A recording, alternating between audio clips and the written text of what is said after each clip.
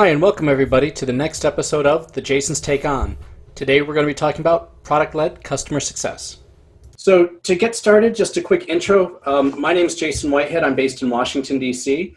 And for those of you who don't know me, I've spent over 20 years working in customer success, in user adoption, training, and consulting, and work with both buyers of software to help them set up internal success teams and make sure that their internal staff are using and adopting technology year over year.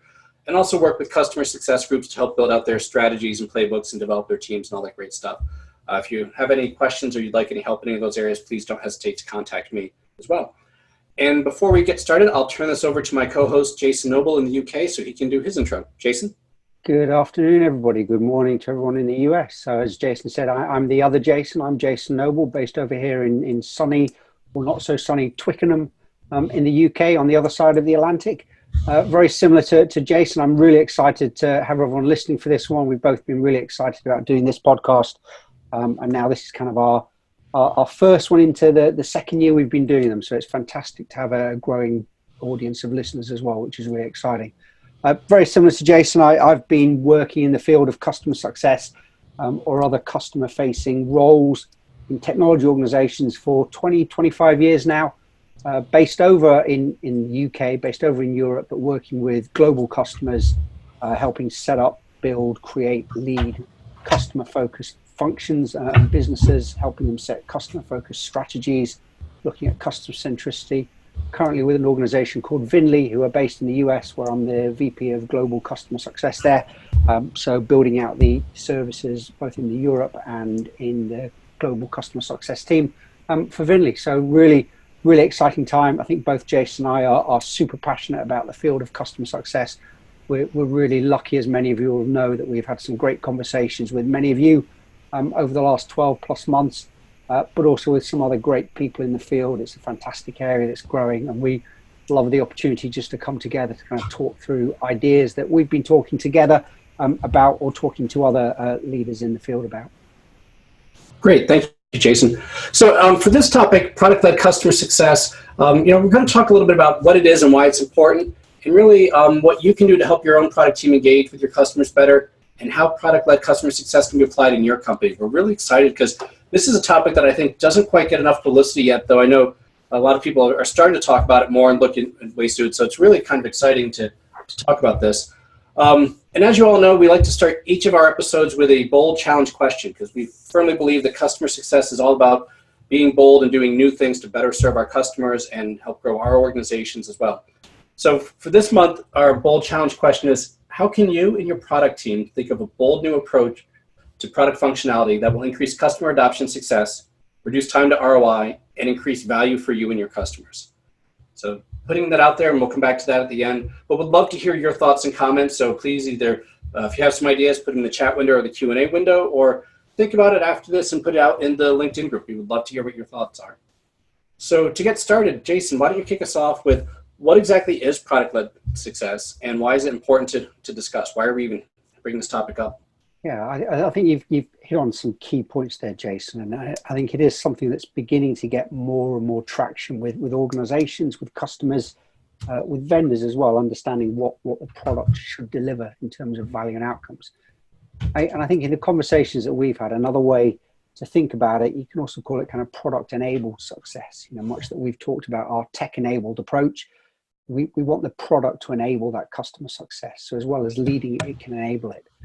And I think if you look at a lot of organizations, what they do is they use kind of additional services now, customer success automation platforms, campaign tools, support tools, dashboards, but other tools that almost complement the functionality of the product, and build externally what the product should be doing and help fill those gaps in. And I think for me, what product-led or product-enabled success really is about how you build in functionality native to your product and services that really help your customers drive success and recognize the value that they're receiving from the tool, from the software, and also understand what that value is, and make sure that you as the vendor and supplier understand what it is, and that you're presenting it back in the right way so that the customer can see that value and how they're getting it and measuring the value in the platform itself. And I think there are a number of key parts to this. So first of all, there's building the functionality that helps your customers identify what success looks like. So how do they identify what their business outcomes are, what the values they want from the platform are, and talk them through that process, and then identify them and show them, make them visible in the products that you're servicing. Secondly, I think it's building in functionality that helps customers along the way and guides them through the steps that they need to take, both in the product and outside of the product, on that route to success. So looking at things like how do they drive adoption, right? And even broader topics like organizational change. What do they need to go about to help that? And it's almost like a success plan that's built into the product to help them achieve that success. I think third, it's how they track their actions and see what they've done. So how do they measure what they're doing against that success and that plan? And then fourth and finally, I think it's how do you measure and communicate those results that they're achieving as a result of those actions and link them back to the goals and the outcomes. So yes, we've done this, it fits into the plan, but what have we achieved by doing this? And this is what we're meant to achieve according to the plan. So it's making sure that you make all of those visible in the application. I think that is one of the biggest challenges right now. I think, as I said, a lot of companies are using external products and services to do this, but really the more that we can get built in the product that can help your customers really fulfill their goal of realizing the value, that is really the direction and the journey to product-led success. And I think the overall idea is how do we build into the product as much function as we can that really guides our customers' experience and their successful outcome from the very start of their interaction with us. So don't have it so that they have to go outside of the platform or always have to speak to someone. Really do what we can within the platform. That really covers the what is it we're doing with it. I don't know if you just want to say a few words on why it's important, Jason.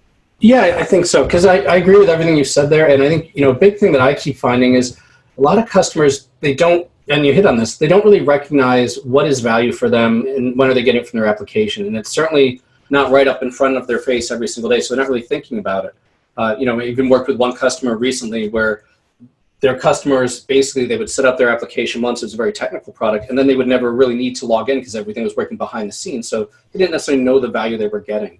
And I think for a lot of folks, a lot of customers and vendors, they don't really capture right up front with the customer, what is it you're trying to achieve? What does value look like for them, and how do you recognize when you've achieved it? And if people don't understand the value from they're getting, it really makes it harder for them to want to renew and to understand that, yes, this is actually driving success in my business, even if I'm not aware of it. I think another key thing is with so many different stakeholders out there in the B2B world, all of them may have different ideas of what is value and what do we need to do to achieve it. And they don't always communicate well internally on their own. So how can you go through and help sort of drive some of that alignment within the different stakeholders in your customer's organization? Are there things that you can do to show them that this is the value that you guys are looking for, that you've decided, and here's what you need to do to get it? So I think really putting that front and center is a key piece to helping organizations achieve success, because they can also see, oh, we're falling behind our goals. What do we need to do? What's going on with this? And do that with enough lead time that they can take action that's going to have a meaningful impact before they need to make a renewal decision. And I think another big piece that keeps coming up time and time again is simply the scalability of your customer success program. And with product-enabled customer success, if it's done well and done right, it can really help you manage costs and expand your reach. And we talk about a lot of folks say, there are a lot of people today, and they talk, oh, tech touch or tech-enabled touch. And the immediate assumption is, well, how do we do some emails and some messaging? Maybe we do a little in-app communication kind of thing. But really, they're not really thinking of what could the application itself do to help engage the customers and drive their success and really drive that.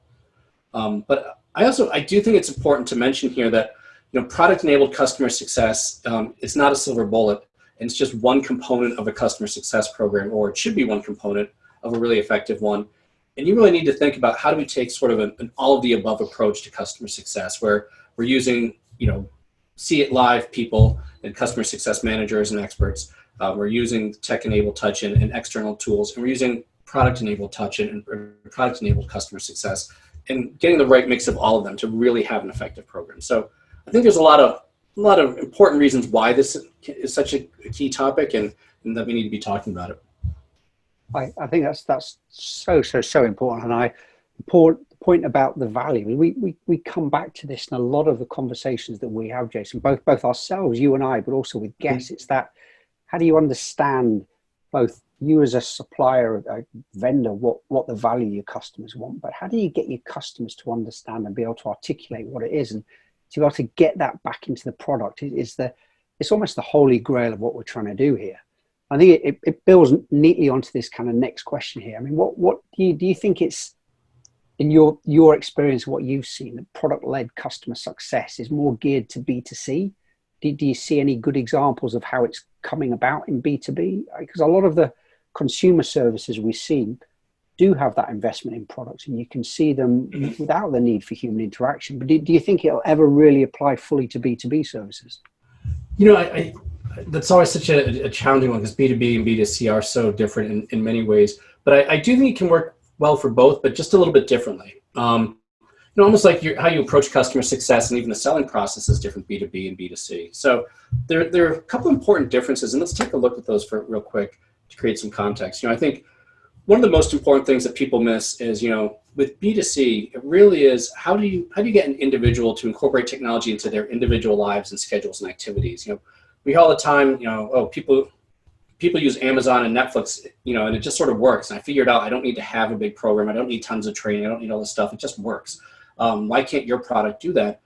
And I think what people forget is, sure, it works well because you're an individual, and it's less complicated to figure out how one person can address their individual needs without having to coordinate and collaborate with others. Where with B2B, it's all about collaboration, getting groups to work together and getting them to do it in the context of their business or their organization. And that's a much harder problem. You know, you're not just trying to get one person to use the software or product, you're trying to get all the users to adopt it. And you need to get everyone to do it in a way that everyone's using the correct point in their workflow, and that they're enabling everyone else to use it too. So there's just a lot of complexities there. And also, when you're operating inside an organization, there are a lot of other factors that affect how people behave and how they use technology. You know, they have other competing priorities. They have bosses that are asking them to do different things. They can't do some of the steps in their tasks if someone else upstream hasn't already put information in the system, put it in correctly, and all those great things. So there's a lot of other dependencies that aren't there with B2C. So I think in the short term, it's going to be a lot easier and faster to incorporate product-led success into B2C, to really start to get people to say, you know, this is what I'm looking for out of the software in my individual life. But I do think, though, as you move through and you look at the B2B world, you know, there's a lot more customizations and personalization that has to go on. And many companies, you know, they customize the applications to meet their needs and their workflow and their users. So you're going to need to think about how you might go and configure product-led customer success to really work in those complex business environments. And it can still be done, but, you know, it's going to be done differently, I think. So, you know, a couple of things that, you know, an example that I think of, you know, if you're working in an organization, if you're a big company, you know, 100,000 employees or even 10,000 employees, and you're using like a CRM, and you might have different goals and progress and outcomes for all of those, the value of the CRM. So you might have different goals if you're in sales or versus service or support, or you might have different goals and versions of success if you're executives versus frontline staff and what that needs to look like. So figuring out how a product-led customer success can help guide the behavior for all those different user groups so that everyone's getting value out of customer success, but they also know what they need to do and how and when to do it, is going to be kind of a challenge. So you'll need to have some sort of ability to customize some of your product-enabled customer success in there, I think. You know, however, there may be other parts of the internal success process that do such a great job that you don't really need to configure them. So, for example, there might be some functionality you can build native into your application around helping people learn to use specific functionality, or putting up some simple dashboards around usage and value that's been created once you have some good metrics around that. So I think there are ways that can be used for both, but I think B2C is going to be easier in the short term, and B2B in the long term, as people figure it out, will definitely help with the scalability. So those are just some of my thoughts. But Jason, let me turn this over to you now. Who do you think, you know, if we are moving towards this product-enabled customer success, or trying to build out new functionality in the product to help drive customer success, who should own managing this? And is it product managers? Is it customer success team? Is it someone else entirely? Where do you think this fits in the organization? I think it goes back to that old, you know, where does ownership of customer success sit? And I think if you look at a lot of organizations, how they've come about, they quite often say it sits within customer success. There's a silo, there's a department. And we all, you know, the conversations that we've had, we know that that actually isn't the case. It needs to be owned as a broad organization. Nobody owns the customer as such, but you're all responsible for the success. So I think that same approach applies here. But I think there are two very different scenarios that we need to look at here. One is, if I'm a company starting today and I'm looking at coming into product-led customer success, what do I do? How do I look at where does that sit? Where does the kind of direction strategy sit around that, and who owns that? But also for companies today that have already got existing services and existing solutions and teams and organizations, what does it mean about their current organization and teams, and where does that sit in terms of ownership? So I think there's two very different questions around this almost. And I think inevitably, if you look at an existing organization, yes, you've got a team of product managers and you have a customer success team. And it may be that the customer success team isn't as mature, it's not been going as long. But the default answer for saying who should own this, maybe someone might think quite obviously, well, it should be product managers to own it. It's a product management function. They're closest to the product, they're closest to the engineers quite often. They've built the roadmap, they've come up with a strategy. I think the challenges with that, I mean, the question I'd ask there is, can product engineers and product managers actually build customer success into the product? You quite often find that they are more process and tool focused and not necessarily as relationship people focused, and don't work, as you said earlier on, Jason, in your point, talking about the collaboration side of it. So they may be missing out. So there are some benefits, but I think there are some risks. And I think the other challenge is, absolutely, your product management team are 100% on the focus. That's what they do. And they've got a level of deep level of comfort and understanding of how the product works. But many users that are using the product don't have that same level of comfort or level of understanding about the product. And they might not care about the product in the same way. They care about doing their day jobs and achieving their outcomes and values that they're meant to be doing.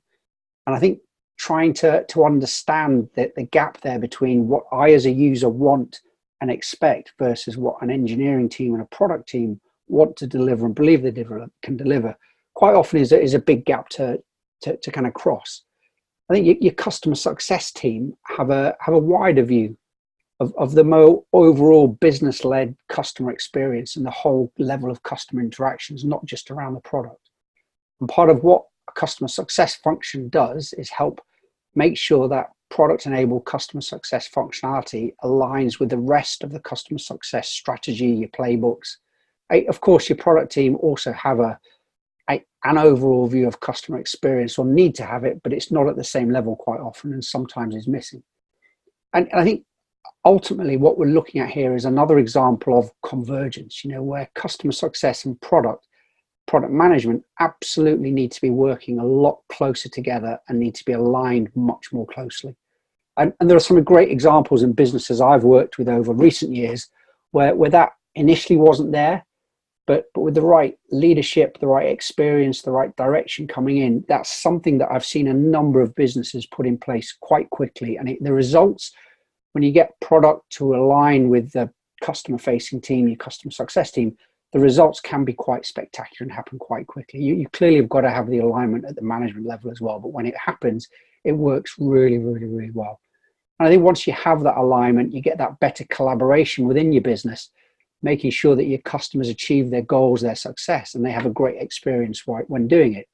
And again, it's not so much about the ownership, it's more about that collaboration and working together. And I think product-led customer success is almost a catalyst to help us do that and help us work better together.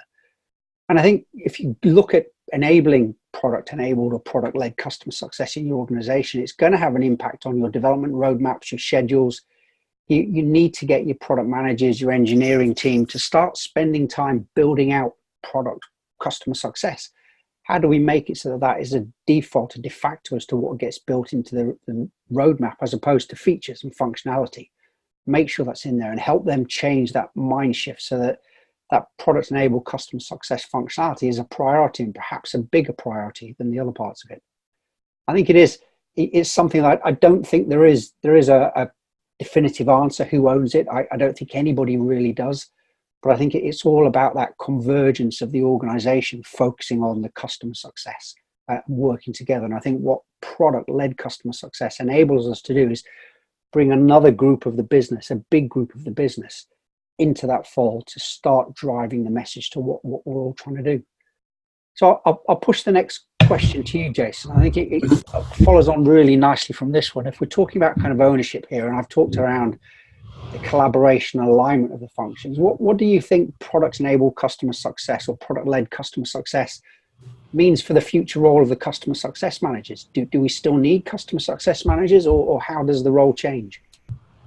That's such a great question, because I think, by shifting things into the product, shifting things into tech touch, that sort of does leave the question, what's next and what does that look like? And I think the answer is yes, you will absolutely still need customer success managers, but the roles will change, where they spend their time will change, some of the skills they need may evolve a little bit more. So you need to really pay attention to that. And what I mean by that, if the product is delivering better, or if there's a lot of the sort of the low-hanging fruit that you can put into the product itself, some of the questions about how to navigate the tool, or even some basic information on what some of the goals are that we're trying to achieve and how we're doing around that, then there's a need for the person to help along with the process, and that customer success manager will need to do different things. And you may need to have a different relationship with the customer and do different things with them. So, as I'm thinking about that, and I look at where a lot of customer success teams are right now that I talk with, a lot of them still are still having the wrong conversation with their customers. There's still a lot of people who claim they're focused on business outcomes, but when you look at the details of what they talk about, how they conduct their meetings, how they onboard customers, how they do business reviews, they're still talking a lot about feature and function of the product itself, and they're really not talking effectively about the business outcomes. And many of them are certainly not doing it from the very start. And even during the sales process, they're not really focusing the customer on business outcomes. So I think before you go too far down this road, it's important to remember, though, that you really need to get everyone, especially customer success, having the right conversation and the right engagement with your customers before you start to move into product-enabled customer success. Because otherwise, what can happen is you start to run the risk of building out functionality or engaging people on the wrong topics or the wrong things as part of your effort to expand your product-led footprint. So really, I think one of the first things is to make sure you have everyone across your organization having the right conversation with your customer and talking about business outcomes, thinking about how your customer is experiencing both the product, but also working with your company and how you're engaging them across. So you need to get that done right. Otherwise, you could be shooting yourself in the foot if you move too quickly. But then I also think through, and as I look at this, I think what you'll see is that your customer success managers will need to really be a little bit more of a strategist who can figure out what's the right customer touch points and the right mix of human versus tech-enabled touch versus product-enabled touch to really make the entire experience come together for the customer. And this person really needs to understand process. They need to understand people and behavior and organizational changes as well as technology. So they need a more blended skill set to say, how does this all come together? Because again, as we said, no one track is going to get you there all by yourself. And as I start to think about this, in my mind, I've got a vision almost like of a diagram with swim lanes, and up top is sort of what's the end-to-end customer journey and their experience, what we want that to look like, and how do we take them from wherever they are, from a point of first contact to initial success and then ongoing success. That's sort of along the top. And then the different lanes below could be things such as what's human touch, what's product supported touch, what's tech enabled touch, what are our processes, those kind of things. And really trying to figure out how does all of those different aspects come together to really create that desired experience. And I think, being able to envision that, map it out, build it out, and then test it and make sure it's really delivering what you want, that's a very different skill set than being able to have a discussion with a customer about here's how you set up the tool, here's how you use the tool, here's what you should look for in the tool, those kind of things. So I think that will be a big shift for a lot of folks.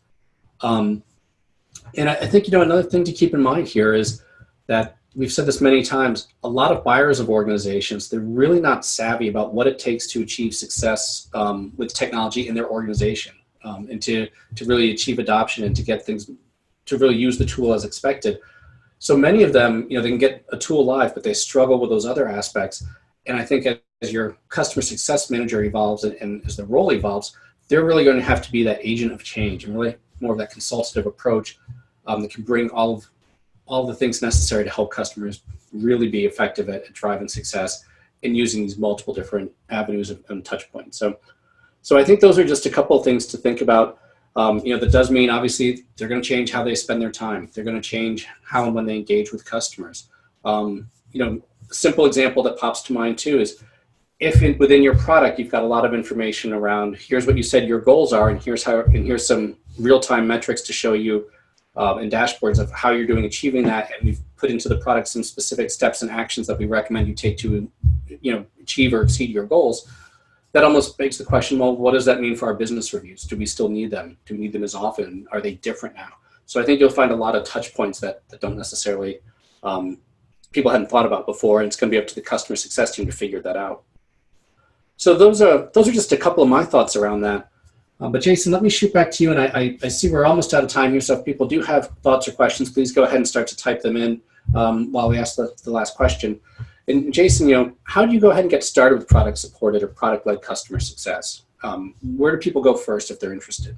I love it. It's the biggest question to finish on as well.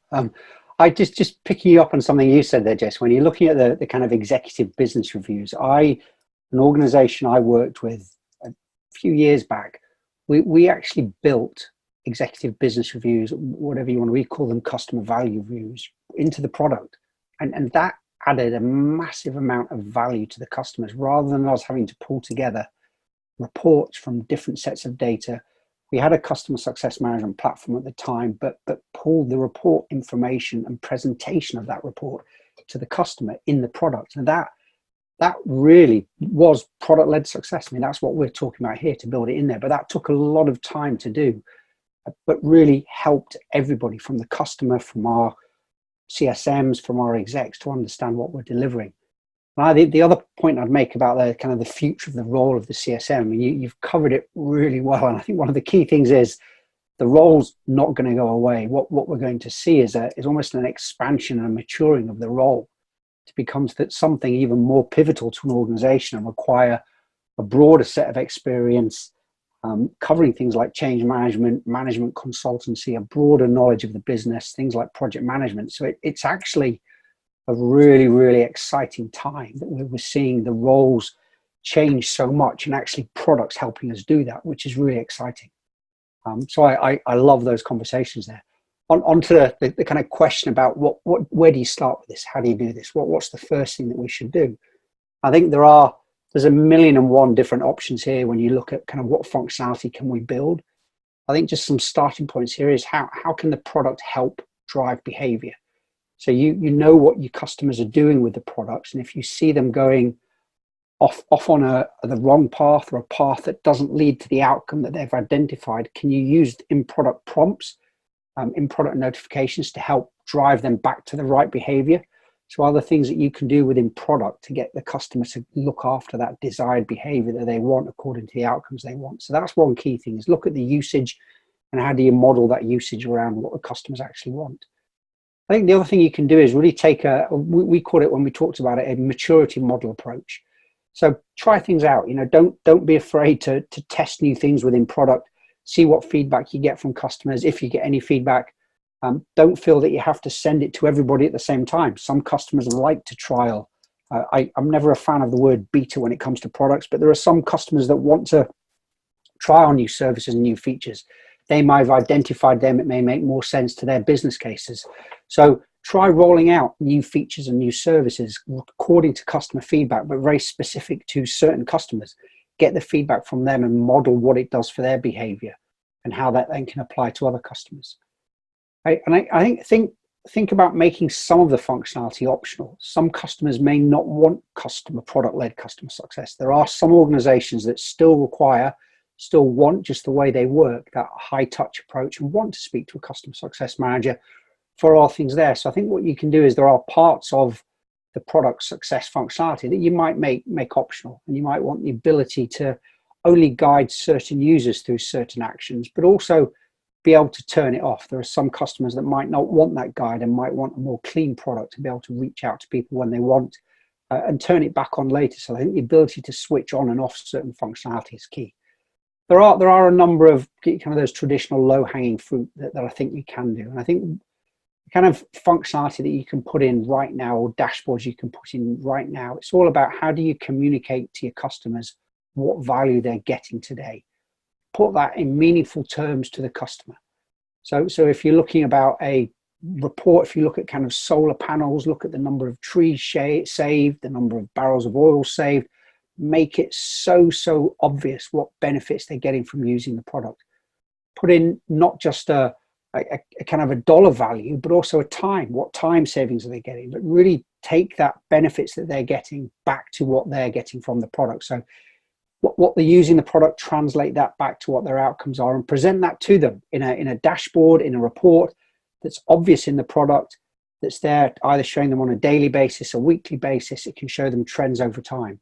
And I think that's something that's really key. And it's great to see more and more organizations, including very comprehensive, I think they are more reporting engines in products, but it's more of a dashboard. I want that product data to be there at the front that tells me what I'm getting from the product and how neatly I'm aligning to what my values are that I want from the product, and what any gaps there are. And I think you've also, we said earlier on, if you look at how we've historically done QBRs and EBRs and how customers are getting real-time value within the product, if you can make that shift within product, do you actually still need those? I've said on many of these podcasts, I don't like either term. For me, it's all about a customer value review. I'm not reviewing the customer's business. I'm reviewing the value that I'm demonstrating to them. Yes, that has impacts on their bottom line, but it's about that value. And the timing isn't up for me to say, but if I can present real-time feedback of the value the customer's getting at different levels, from their exec stakeholders down to their users, do I still need these meetings that require a big time and effort on both parts? Or do the meetings actually then shift to be something far more just around strategy? So you're talking about the future with your customer, the future direction they're going, the future value, but the day product usage, product value, they can get there from the product. So I think that's something that we are beginning to see, and that's another area that I think is really key to make that investment in. I think as we've both said in a number of points here, you've really got to understand what that value is for your customers. Are your sales team gathering the information about what the value you want and what your customers want? And is that being fed through to the rest of the organization? And how do you present that information into the in-product functionality so that it's visible to the customer too? So the customer almost sees that on a daily basis. Yes, this is what I've said I want. This is the value I'm getting. Then they can track against it and capture that goal into the dashboard and then compare actual outcomes and the results. And I think that real-time comparison there shows them that live, how am I doing against where I thought I would be, is really critical. You can start using surveys within the product, automated survey tools, short questions, really to gauge that information. Some of those values may change over time. So use product to capture that information. As it changes, make sure you reflect that within the product. I think that the whole idea is the more visible we make values, outcomes within the product, the easier we make it for the product to use and work, the more value that it will deliver to the customer. And I think those really are some of the key things there that we can really do to start off. I don't know if you had any other thoughts on that, Jason. No, I think those are some pretty good ones there for getting started as well. But I do see we have a couple of quick questions here. And I think we can probably take a little time for this. Jason, why don't you start off with the first one? Are there any books you can recommend, or customer success, or specifically on product-led customer success? There are a lot of number of books that broadly cover the subject, and I'm quite happy to say that there is a guest podcast that Jason and I are going to be doing soon that we will release with a well-known speaker on the topic, that will release some books around that as well, with some links to documents on that. But what we will do in our LinkedIn group, we'll put some links and recommendations to books that both of us have read. We're by no means affiliated with any of them. They're just books that we've read, we know well. I think you are beginning to see a lot more books coming out in the area. It's one to watch for Jason and myself as well. But it is something that there are a lot of good information out there. So yes, we will share it. I'd rather not share it on the call, but we will share that within the LinkedIn group. And as I said, please do keep an eye out for our next guest podcast, which we're really excited about. Jason, let me give the next question back to you. If this is quite a big one, this one. If an organization tries to decide that they want to do this approach and this philosophy and way of working, what tips are there for the process of how you guide clients through the change of what customer success management is and the changing and maturing of the customer success manager role? Do you find that customers embrace it? Are there key talking points that we can help guide them through it? So how do you talk with a customer about the changing role of a CSM? I'm so glad to see this question, because I think I've seen several CS teams try to evolve their services and their approach, and they don't really think through how they're going to introduce it to existing customers, and it comes back to bite them a little bit. So I think there are a couple of things here. One, with existing customers, to your point, Jason, go through and beta test this, or take it or pilot test it. Say, hey, we're going to work with a small group of customers. We're going to we're evolving our CS practices to serve you better. We want to try and do some things, and then pull them aside and let them know what you're going to be doing, and basically letting them know we're going to put into the product some functionality to help enable them to drive their own success more effectively, but also clarify and say, but this means that we will free up time for our customer success team to spend more value-added time with you, or work on harder, more value-added tasks with you. So here's some things that you can look for in the product. Here's some things that you might now come to us that you didn't know you could do, and we'll have resources we didn't have to do that. But we want you to go to the product first for things that are there.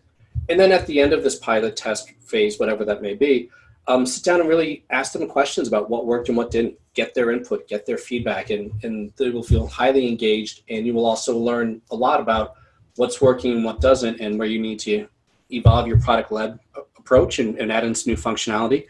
You may learn that some of what you put in there customers just didn't like for whatever reason. But you may also learn some other ideas about how to evolve your human touch customer success approach, and things you can do differently now because you're not spending time on some of the less value-added tasks that maybe you were able to embed into your product. So I think setting some expectations, explaining why you're doing this, and asking for their input, it's really a great way to go, because then you've gotten their take on it as well. I think the other piece then to look through and always keep in mind is after you've completed a pilot test, then figure out how you're going to enable this shift for the rest of your organization, your existing customers, and how you're going to explain them why you're doing and what you've done as part of the process to do this, and what they can expect going forward. So there's that part as well too. And then there's the third part, which is after you start to bake in some of this functionality, and you've shifted your services, how do you talk about it and onboard new customers effectively? Because keep in mind, new customers, they may have very different expectations about what is customer success, and their other vendors may have not had it embedded in their product. So they may be expecting more of a higher touch for some things that now you've got embedded in your product. So during that customer onboarding phase, you'll have to explain what customer success means for you, and where the customer should turn to in product versus for a human touch to go through and do what they need to do. So think about those three things: the initial pilot testing and seeing what works, full rollout, and then effectively onboarding new customers who may have experienced something very different with their other customers or with their other vendors. I think one other thing just to add on to those points, Jason, is that in the organizations I've worked with, the role of a customer success manager has evolved and changed already in the organization from kind of what it was on day one, what customers think it is, what the business thinks it is, to how it is a year down the line, 2 years down the line. Mm-hmm. So I think it's something that organizations and customer success leaders and even customer success managers are quite adept at having conversations around how the roles are changing. And I think this is just a continuation of that and a maturing of what we're doing. So I think it should follow on from it should be a more of a natural way of doing it. You know, the role is continually changing. Yep, agreed. All right, Jason, we've got one last question here, and it's got a few parts here, so I'll put it out there and see where we can get with it. The question is, I foresee an issue in some companies with ownership and accountability. Do the CSM and product people report up to one person? Are they just jointly accountable? And how do companies make sure there's a person holding the ball when something is overdue to the customer, or the customer reports a problem? So, you know, we talked about the CSM being better a talking person, but we're trying to think about this more internally. What are some of the internal implications around this? If I take the first bits there about where they report and jointly accountable, I've not seen an organization yet where product and customer success report the same way. And I've seen a number of different models where customer success report up to sales, they report up to operations, they report up to the CEO. Product typically reports up to your CTO or your CIO even. But I've not seen any examples yet where the two report to the same place. Now, I don't think that's necessarily a bad thing, and I don't think it's a need. Are they just jointly accountable? I think yes. And I think one of the key things is making sure that the KPIs, the OKRs, the objectives, however you run your business, are for both groups are customer focused and filtered down. So as a business, your goals are all understood, what you're delivering for the customer. You've got customer success embedded into your business goals, and all of your team's goals should also have that same level of customer success. So it's not that customer success is a separate department with being the only one with customer focused goals. Not at all. All of the teams in the business have to have goals and numbers that focus on what are we delivering to the customer. So I've seen again businesses go through this shift where products start off with goals more around delivering features and versions and roadmaps, shift completely to being able to impact things like net promoter score, being able to impact things like net revenue retention, being able to impact things like customer satisfaction. I think they are more customer focused goals. So I think what you need to do is make sure that all the different teams have goals that are aligned to the customer, and all of those goals feed back into what the business level objectives are. And then I think if you do that and your management team again are aligned to the customer, and quite often it is your CS leader who is fighting the corner for the customer, but as long as that alignment is starting, it's about making sure the two different teams are working closer and closer together. I want my sales team to have that same alignment around customers and feedback they get. I want the support team to have the same thing. So I don't think where they report matters as such. As I said, I've yet to see an organization where product and CS report the same way. They may be out there. I might just not have seen one, but I don't think it matters. And I think it's more about being jointly accountable and sharing those goals. On the point about where companies make sure that the person holding a ball where something's overdue or a customer reports a problem, I think you've still got to take accountability for that. So if a customer reports a problem, where's it coming? It should be coming in through support. If it's a product issue, it should come in through the normal channels there. And what I want to make sure is that we've got ownership and accountability there so that the relevant teams step in and resolve that problem. Yep. Don't just drop the ball. And I think that's really important there. So everybody internally is a customer person. I think, again, this goes to the ethos of all the different teams. You need to think on behalf of a customer. If I'm rolling out this feature, what does this do for a customer? If a customer phones up because something's broken, if they phone up support, something's not working, what's the impact for the customer? So put what is it? It's you walk in the shoes of your customer. Really that is so critical. And there are a lot of organizations, and this is something that I would really strongly recommend, is walk in the shoes of your customer. And I think it's an organization like Intuit, right from the CEO down. What they do is they have some across the organization on an annual basis. Everybody steps into the shoes of a customer and puts themselves in as if they were a customer. Goes through a support experience, goes through a sales experience, really embed yourself. And I think that is so critical. And even make sure you do that from an exec level. Get your execs to be a customer for a day. What do they think about the interactions? And I think you can then get that more customer focused way of doing it. I don't know if there's anything you wanted to add on to that, Jace. Yeah, I think a couple of things that jump for me is that there will be issues getting internal alignment down, especially during a transition. And I think for current companies, it will be a little bit harder, but keep in mind that if you're asking as well your product team to build out some of this functionality, that also implies that there will be some other things on their roadmap that will need to shift, and that you're prioritizing product-led customer success capabilities be built over some new features and functions, that you need to make sure that executives and everyone understand that. But I think what's also nice about that is there's probably no better way to demonstrate to your internal team the value of customer success and the value of making sure customers achieve their outcomes than to say, we're going to delay building other features and functions because this is more important. And I think if you've got a leadership team and a CEO that so values the customer input and the customer success that they say, yep, we're going to put development resources to this, that sends a big message across the entire organization. And, I suspect that there are a lot of organizations out there that are not ready for that level of commitment yet. I think there's still a lot of vendors out there that truly don't understand what customer success is and haven't figured out how to embrace it across their entire organization. I think that needs to happen first. But I think once you get there, it'll be great. So it'll also be interesting to see what happens in the future. And I know we'll be talking about this some in future podcasts around the idea of what does a new startup look like 5 years from now, when the idea of product-led customer success is not a new idea, but just a given that you need to have it. So just a couple of thoughts there. So with that as an end, let me recap our bold challenge question. What we said at the beginning is, how can you and your product team think of bold new approaches to product functionality that will increase customer adoption and success, reduce time to ROI, and increase value for you and your customers? So we'd really love to know your thoughts and comments. So please put them in the LinkedIn group. We'd love to hear that. And hope everyone can join us next month when we will be talking about building out a proactive customer success team and processes. So thank you so much, everyone, for joining us. Really hope you enjoy this. We'd love your comments. If you did like this, please go ahead and share it on your social media platform of your choice and give us a quick like where replays are, and we'd love to hear that. Jason, anything else you want to add? No, thank you very much, everyone. As you said, this is kind of first podcast of us for our second year. So great to have so many people listening, really excited. Hope you've enjoyed the chat, and we're kind of planning what we're doing for next year. So do watch this space. And as I said on the points earlier on, we have a very exciting guest podcast that we're going to release over the coming weeks. So please do keep an eye out for that as well. But thank you very much, everybody.